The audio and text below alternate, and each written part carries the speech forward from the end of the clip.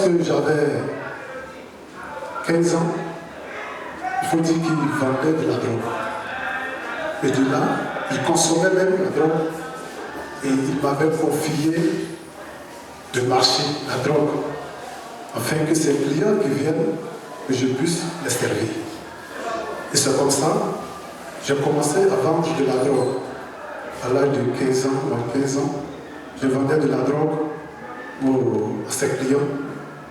Et de là, moi, je ne comprenais pas parce que malgré que je vendais, je n'avais jamais goûté à la drogue. Je n'avais jamais fumé la drogue.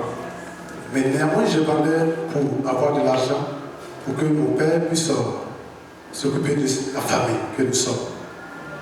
Mais après, voilà, c'est une bonne chose que vous n'aviez jamais goûté à cette drogue. Non, je n'ai jamais goûté à cela. Et il faut dire que 2 ans après, en 2004, en l'an 2004, c'est là que j'ai connu le Seigneur par le canal d'un prophète. En ce temps, il y a eu un programme d'évangélisation dans notre village qu'on appelle Maroufla. Et de là-bas, après le message, j'ai compris que c'est le temps de me donner à Dieu. Et la question que je me suis posée, je me suis dit que, étant un bébé, on peut mourir. Étant jeune, on peut mourir, et même vieux, on meurt aussi. Bon, si jusqu'à cela, étant dans mon enfance, jusqu'à ce que 2003, 2004 plutôt, arrive, je suis encore vivant. Pourquoi ne pas me donner à ce grand Dieu? D'autres sont morts. Et c'est ainsi comme ça que j'ai commencé à m'engager dans l'affaire de Dieu. Et en 2011, c'est là que je suis venu sur Abidjan. Et quand je suis venu, j'habitais avec l'un de mes frères qui était encore habillé. Et de là, il faut dire que quand il s'est marié, il m'a chassé. Il m'a dit qu'il allait trouver un docteur pour moi. Et ça, chose bizarre, il n'a pas fait. Et un matin, il est allé au village de là-bas, il m'appelle pour dire que Jordan, tu dois libérer la maison. Et là, je ne savais pas où aller.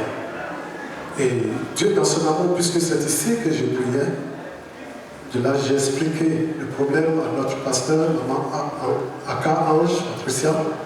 Automatiquement, avec son conseil, ils m'ont accepté de venir dormir. Il faut dire qu'il y a une chambre là, chambre des garçons.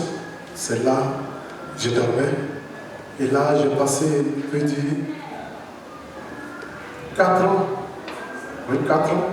Et c'est de là, il faut dire qu'avant cela, je marchais déjà avec une fille dont je n'avais pas encore épousé.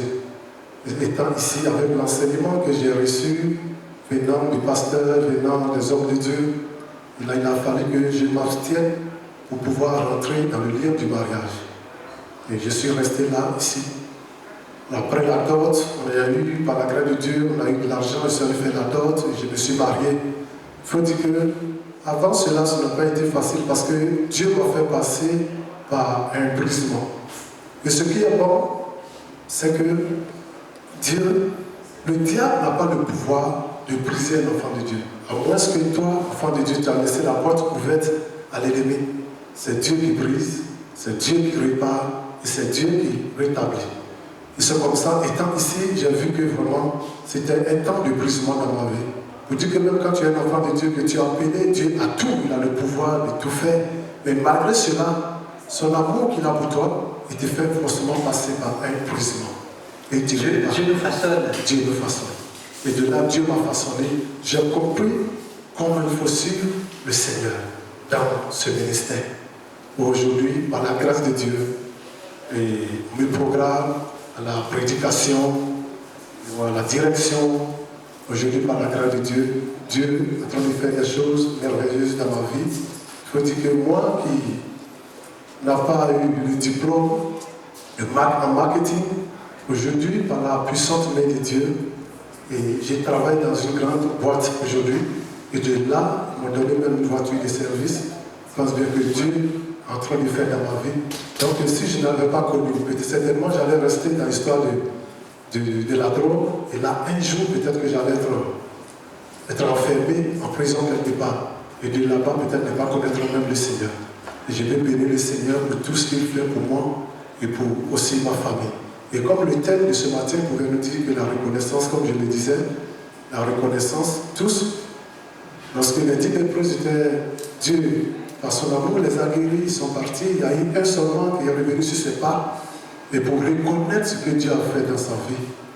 Et la Bible dit au verset 19, dans le chapitre Luc 11, verset 17 plutôt, verset 19, il dit, lorsque le Samaritain a fini de glorifier le Seigneur, Jésus lui dit, lève-toi, va, car ta foi t'a sauvé.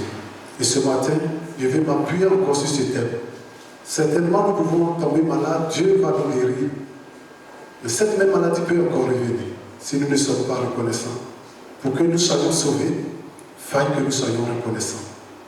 Alléluia, c'est ainsi que nous serons sauvés. Et ce matin, je vais m'appuyer sur ce thème pour dire que je suis reconnaissant. Là où j'étais aujourd'hui, Dieu m'a enlevé de la boue, il me fait asseoir sur la table des temps. Que le nom du Seigneur soit béni. Amen.